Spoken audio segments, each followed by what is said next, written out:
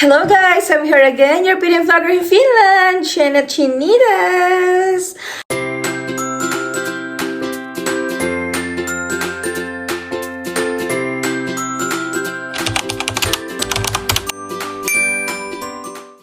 Hello! Kamusta kayo guys? So I'm here again para magbigay ng update sa inyo about Finland. And alam ko marami na naghihintay nito. At syempre, ako sobrang excited ako na sabihin sa inyo kung ano tong nabalitaan ko. So, thank you so much sa sister ko na sinabi niya na may update na pala. Kasi, itong update na to, last month pa pala. So, for sure yung iba alam na ito. At sa mga hindi pa po nakakaalam, ito i-share ko sa inyo. But bagong lahat, please support my YouTube channel. And gusto ko pong magpasalamat sa mga new subscribers ko po. At gusto ko pong magpasalamat sa mga old subscribers ko po. Salamat po sa pag-support, sa pag-stay. At ngayon ay nasa 2,892 na po ang aking YouTube subscribers. Thank you so much po. So, sana mas dumami pa at sana mas supportahan nyo pa rin po yung mga vlogs ko, mga short videos ko. Kasi ang laking help na po yan. Para lang din, win-win lang tayo. 'Di ba? At mas pagbutihan ko pa yung pagbablog ko. So, ayun na nga guys. Sa mga new subscribers na hindi pa nakapag-subscribe, subscribe nyo na po yung YouTube channel ko. Like, share po, and comment lang po kung ano yung mga gusto nyo pang malaman about Finland, about life, ganyan. Siyempre, limited lang din. Hindi pwedeng buong private life ko ay sasabihin ko sa inyo. But anyway, ayan. So, gusto ko na i-share sa inyo to guys. Itong araw na to, nagsabi yung ate ko na may update na pala si Topmake. At hindi siya nag-update sa mismong Facebook page. Pero, kung naka-follow kayo sa Facebook page nila, may makikita kayo doon na website, topmake.ph. At pag kinlik nyo yun, didiretso kayo sa website nila, ando doon yung update. And itong update na to ay February 18, 2025. So, ito yung new qualification para makapag-apply ka dito sa Finland bilang isang assistant nurse or bilang isang caregiver dito sa Finland. Masaya kasi may new updates na, malungkot kasi may bago silang nilagay na wala noon nung nag-apply ako. So, itong mga babanggitin ko, alam ko may mga kababayan na medyo malulungkot kasi hindi makakwalified. But anyway, hindi pa naman katapusan ng mundo, 'di ba? Marami pang pwedeng kung gusto niyo talagang punta sa Finland, try niyo lang muna mag-apply sa iba hanggang sa makarating kayo dito sa Finland. Yun lang. At marami pang bansa din na may maganda ring opportunity. So, wag po kayong malungkot. So, umpisan po natin ang qualification na nilagay nila dito sa caregiver. So, sa caregiver po, ang salary expected po dyan para na rin may idea kayo.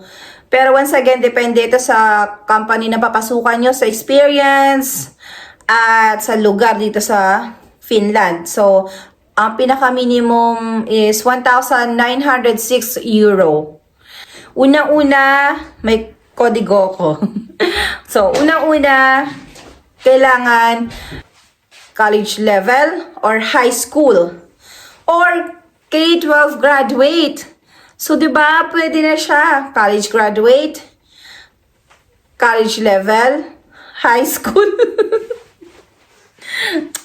Ano naman si daddy? Pang ano naman te? High school or K-12 graduate. So, ayan. Pwedeng-pwede ka dito. At, itong pinakasad. Nakakasad lang. Kasi kailangan ng 2 years. With at least 2 years relevant work experience. Sorry guys. Before, hindi talaga sila na nangangailangan ng experience. But now, kailangan na nila na kapag nag-apply ka papunta dito kailangan na may 2 years experience ka. At kailangan ito relevant, 2 years relevant work experience. Sorry po. But anyway, sabi ko nga tuloy ang buhay. So, kung ikaw ay qualified na dito sa dalawang binanggit ko, college graduate, college level, kung ikaw ay, again, kung isa kang college graduate, college level, high school, or K-12 graduate, at may 2 years relevant experience ka, pasok ka na. But there's more. Kasi, meron dito na may nag-apply na graduate siya ng caregiver, may NC2 pero kulang ang oras. So, ito, importante din to para malaman nyo kung qualified pa rin kayo. Of course, unang-una, kailangan may CV kayo. Or curriculum vitae. Or, tama ba? That experience, yung pronunciation ko. Vitae. Or resume. Resume na lang. So, ayan. Kailangan yan, of course. Number 1 yan. Of course, ang pangalawa ay high school or college diploma. So, dapat may high school or college diploma ka and or OTR. OTR o TOR? TOR. Parang baliktad. But anyway, kasi nakalagay ito OTR. But anyway, OTR or TOR, yun. And itong pinaka-importante kung mag-a-apply ka bilang isang caregiver dito sa Finland. Dapat ay ikaw ay may caregiving training certificate. At least 786 hours. Itong pinaka-importante, guys. At of course, dapat meron kang transcript of record with SO number. And next, of course, OJT certificate, at least 160 hours. Of course, lahat naman to importante, pero meron ka naman kasi ng talagang diploma, meron kang resume, pero kulang ka sa oras. Sa caregiving training certificate mo, at least 786, at kulang ka sa oras ng OJT certificate. So, kailangan mong makumpleto to, guys. Yun. And, of course, may caregiver NC2 issued by TESDA. So, yan, siguraduhin nyo na talagang from TESDA ang certificate nyo or NC2 nyo. And then, of course, kung may experience ka, of course, kailangan mo ng work certificates. And then, next is a copy of your valid passport. So, of course, pag nag-apply ka abroad, kailangan meron ka ng passport. At make sure, dapat ang passport nyo valid yan para hindi na kayo magka-problema.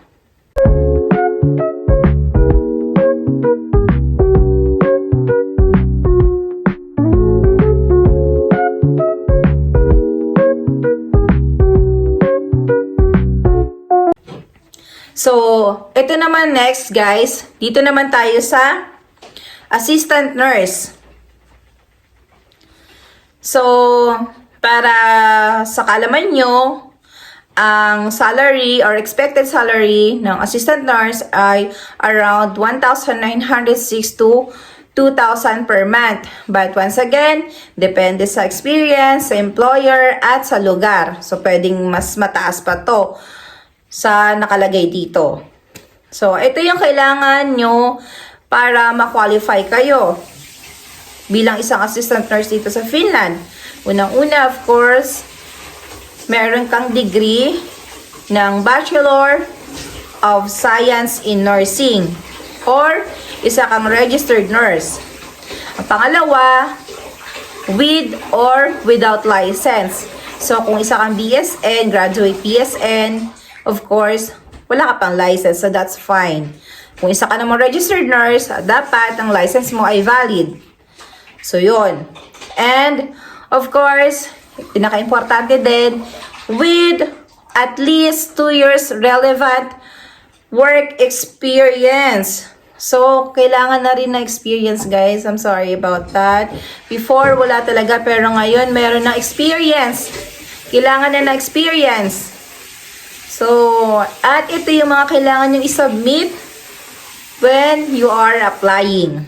So, of course, number 1, CV or curriculum vitae or resume. And the second one, of course, hindi mawala ang college diploma, TOR or OTR nakalagay dito. For RNs, include board rating. Ito yung mga pinasa ko eh. For RNs, include board rating, PRCID, board certificate, or lupon. Work and training certificates. And last is yung copy ng valid passport. So, mas maraming requirements ang ang caregiver kaysa sa assistant nurse. So, yun na nga, katulad nga sabi ko guys, before talaga, with or without experience, qualified ka, pero ngayon hindi na. Kailangan na nila ng meron kang 2 years, at least 2 years relevant work experience. So, sorry, alam ko may iba dyan na mawawala ng pag-asa, mapanghinaan ng loob, pero tuloy lang ang laban guys. Tuloy lang. Mag-experience na lang muna kayo. Siguro may ibang bansa naman na makakapag-apply kayo ng walang experience tapos mag-cross country na lang kayo. Ang ka-tie up nila dito ay Silk Road. So, 2 years na yon, and then makakarating din kayo dito sa Finland. So, huwag kayo mawala ng pag-asa. Kung gusto niyo mag-stay muna sa Pilipinas, so mag-apply lang din kayo dyan. Go lang. Kaya niyo yan guys. But for now, yun lang, new update. Ito, in-update nila to ng February 18, 2025. So, that's all guys. And once again, thank you so much for your support to my YouTube channel. And please continue supporting my YouTube channel. Ito lang po yung konting tulong lang po na gusto kong may share nyo sa akin.